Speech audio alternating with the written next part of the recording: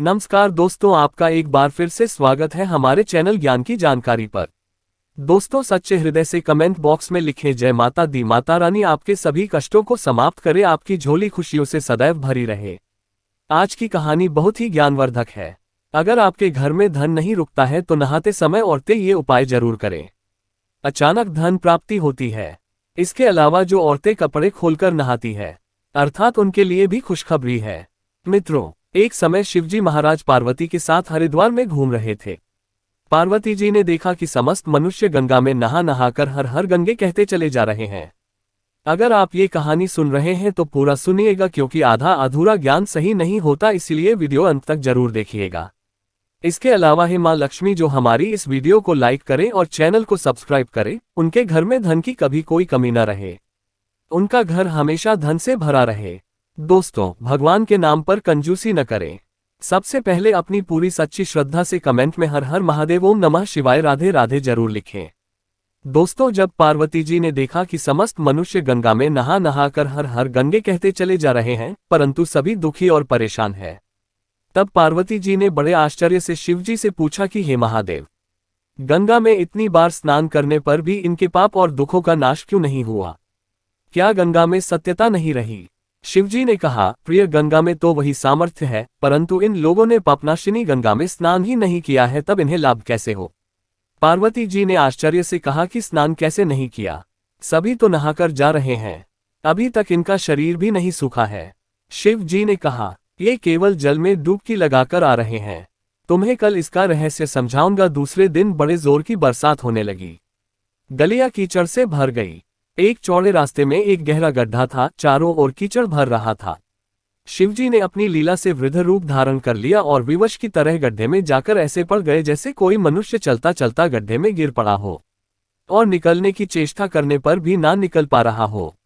पार्वती जी को उन्होंने ये समझाकर गड्ढे के पास बैठा दिया कि देखो, तुम लोगों को सुना सुना कर यूं पुकारती रहो कि मेरे वृद्ध पति आकस्मिक गड्ढे में गिर पड़े हैं, कोई पुण्य आत्मा इन्हें निकालकर इनके प्राण बचाए और मुझे असहाय की सहायता करे। शिवजी ने यह और समझा दिया कि जब कोई गड्ढे में से मुझे निकालने को तैयार हो, अब इतना और कह देना कि भाई, मेरे पति सर्वथा निष्पाप है, इन्हें वही छुए जो स्वयं निष्पाप हो।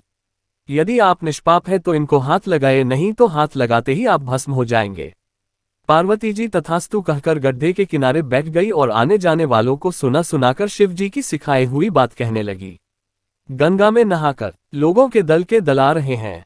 सुंदर युवती को यूं बैठी देखकर कईयों के मन में पाप या कईयों को कुछ धर्म का भय हुआ। कई कानून से डरे कुछ लोगों ने तो पार्वती जी को ये भी सुना दिया कि मरने दे बूढ़े को, क्यों उसके लिए रोती है। और कुछ दयालु चरित्रवान पुरुष थे, उन्होंने करुणा वत्स उस युवती के पति को निकालना चाहा, परंतु पार्वती के वचन सुनकर वे भी रुक गए। उन्होंने सोचा कि हम गंगा में नहाकर आए हैं तो क्या हुआ, पापी तो है ही, कहीं सहायता करते समय हम भस्म ना हो जाए। इस स्त्री के कथन के अनुसार हम स्वयं भस्म ना हो जाए, किसी का साहस नहीं हुआ। सैकड़ों आए, सैकड़ों ने पूछा और चले गए। संध्या हो चली। शिवजी ने कहा, पार्वती, देखा आया कोई सच्चे हृदय से गंगा में नहाने वाला। दोस्तों, थोड़ी देर बाद एक जवान हाथ में लौटा लिए हर हर गंगे करता हुए निकला। पार्वती ने उसे भी वही बात कही। युवक का हृदय करुणा से भर आया, उसने शिवजी को निकालने की तैयारी की। पार्वती ने रोककर कहा कि भाई, यदि तुम सर्वथा निष्पाप नहीं होंगे तो मेरे पति को छूते ही जल जाओगे। उसने उसी समय बिना किसी संकोच के दृढ़ निश्चय के साथ पार्वती से कहा कि माता, मेरे निष्पाप होने में तुझे संदेह क्यों होता है? देखती नहीं कि मैं अभी गंगा नहा कर आया हूं? भला गंगा में गोता लगाने के बाद भी कभी पापी रहते हैं? अभी तुम्हारे पति को निकालता हूं। युवक ने लपककर बूढ़े को ऊपर उठा लिया। शिव पार्वती ने उसे अधिकारी समझकर अपना असली स्वरूप प्रकट कर उसे दर्शन देकर प्रताड़ित किया।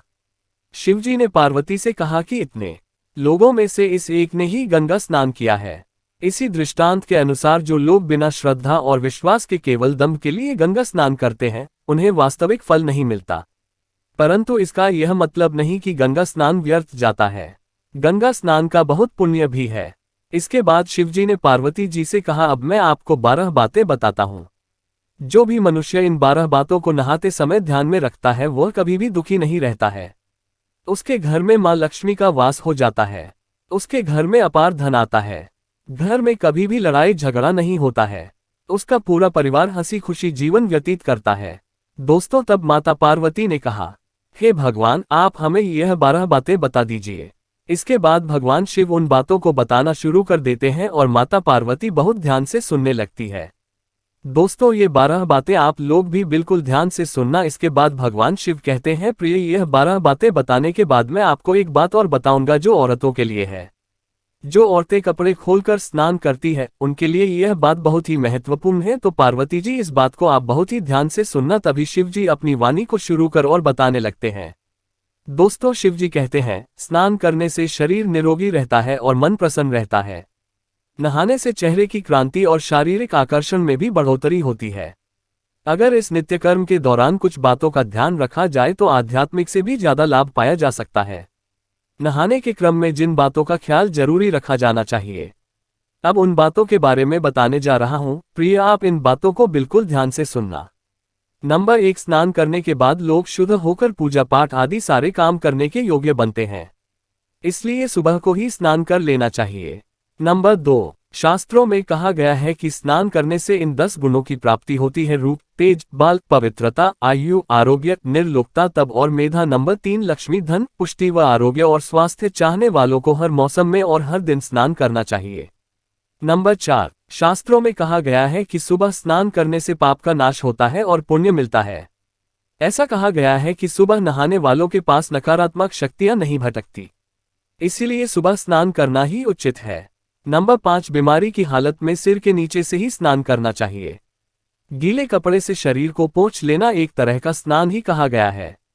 नंबर 6, सुबह की लालिमा छाने से पहले ही स्नान लेना श्रेष्ठ माना गया है।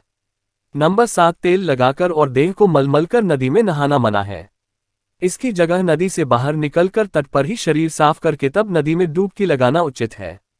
नंबर 8, जिन घाटों पर कपड़े धोए जाते हैं वहां का जल अपवित्र माना गया है, इसलिए वहां से कुछ दूर हटकर ही नहाना चाहिए, क्योंकि मनुष्य के सही और गलत आचरण उन्हीं कपड़ों में पाए जाते हैं और ऐसे जल के पास अर्जित है, क्योंकि मनुष्य के कपड़ों में कई तरह के सूक्ष्म कीटाणु होते हैं, इसीलिए ऐसे जल और तट के पास स्नान नहीं करना चाहिए। नंबर 9, नदी में 11 या 21 डुबकियां लगाना अच्छा बताया गया है। नंबर 10, पवित्र नदियों में कपड़े निचोड़ने की मनाही है। नदी में किसी तरह की गंदगी नहीं बनानी चाहिए। नंबर 11, नल की तुलना में झरने का पानी, झरने से ज्यादा नदी का पानी, नदी के पानी से किसी तीर्थ का जल तीर्थ के जल से अधिक श्रेष्ठ माना गया है। शुभ कार्य सभी गंगा जल अधिक श्रेष्ठ माना गया है, शुभकारी माना गया है। सभी तीर्थों में सबसे बड़ा तीर्थ स्थल माना गया। नंबर 12, गंगा माता का कथन है कि स्नान करते वक्त कोई चाहे जहां भी मेरा स्मरण करेगा मैं वहां के जल में आ जाऊंगी। इसके बाद शिवजी ने कहा, अब मैं आपको औरतों के बारे में बताता हूं जो औरतें कपड़े खोलकर स्नान करती है।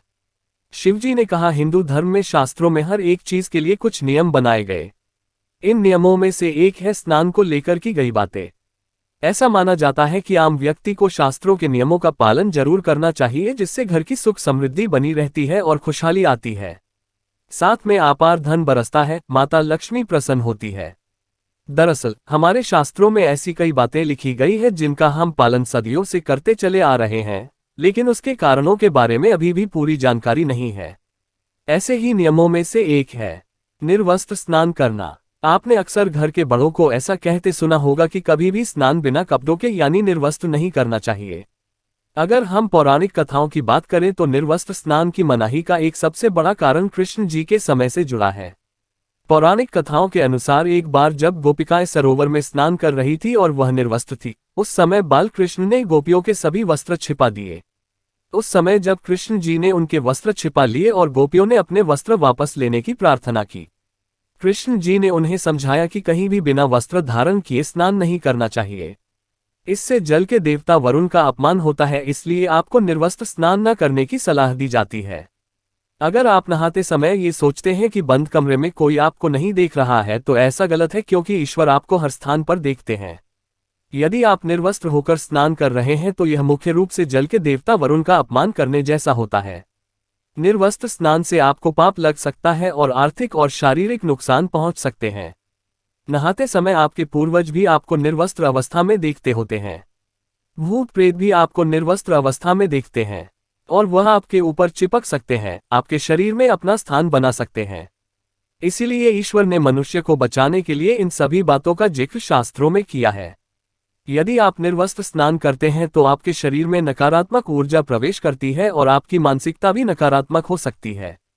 इसलिए हमेशा आपको यही सलाह दी जाती है कि भले ही आप नहाते समय कोई एक कपड़ा धारण करें, लेकिन बिना कपड़ों के स्नान ना करें, तभी आपके लिए बेहतर होगा। निर्वस्त्र स्नान से शरीर की सकारात्मक ऊर्जा शरीर से बाहर निकल सकती है और इसका प्रभाव आपके शरीर के साथ मन मस्तिष्क में भी होता है। गरुड़ पुराण के अनुसार जब आप स्नान करते हैं, जब आपके पितृ यानी मृत पूर्वज आपके आसपास मौजूद होते हैं, यदि आप निर्वस्त्र स्नान करते हैं तो आपको पितृ दोष लग सकता है। दोस्तों, ऐसे स्नान करने से आपके पितरों को तृप्ति नहीं मिलती है और ये घर में पितृ दोष का कारण बन सकता है और ये वस्त्रों से गिरने वाले जल को ग्रहण करते हैं, जिनसे उनकी तृप्ति होती है। निर्वस्त्र स्नान करने से पितरों अतिरिक्त नाराज होते हैं, जिनसे व्यक्ति का तेजबल, धन और सुख नष्ट होता है। इसलिए कभी भी निर्वस्त्र होकर स्नान नहीं करना चाहिए। दोस्तों, पुराण के अनुसार नहाने वाला पानी पूर्वजों के हिस्से जाता है और निर्वस्त्र होकर नहाने से इसे पितरों के समक्ष बिना कपड़े के नहाना माना जाता है। शास्त्रों में ऐसी मान्यता है कि यदि कोई निर्वस्त्र स्नान करता है तो माता लक्ष्मी उससे रूठ हो सकती है। इससे आपकी कुंडली में धन हानि के योग्य बन सकते हैं और आपकी आर्थिक स्थिति खराब हो सकती है। इन्हीं कारणों से आपको निर्वस्त्र स्नान न करने की सलाह दी जाती है और शास्त्रों में भी इस बात की मनाही है। दोस्तों, अगर आप शास्त्रों का सम्मान करते हैं तो लाइक जरूर करना। धन्यवाद।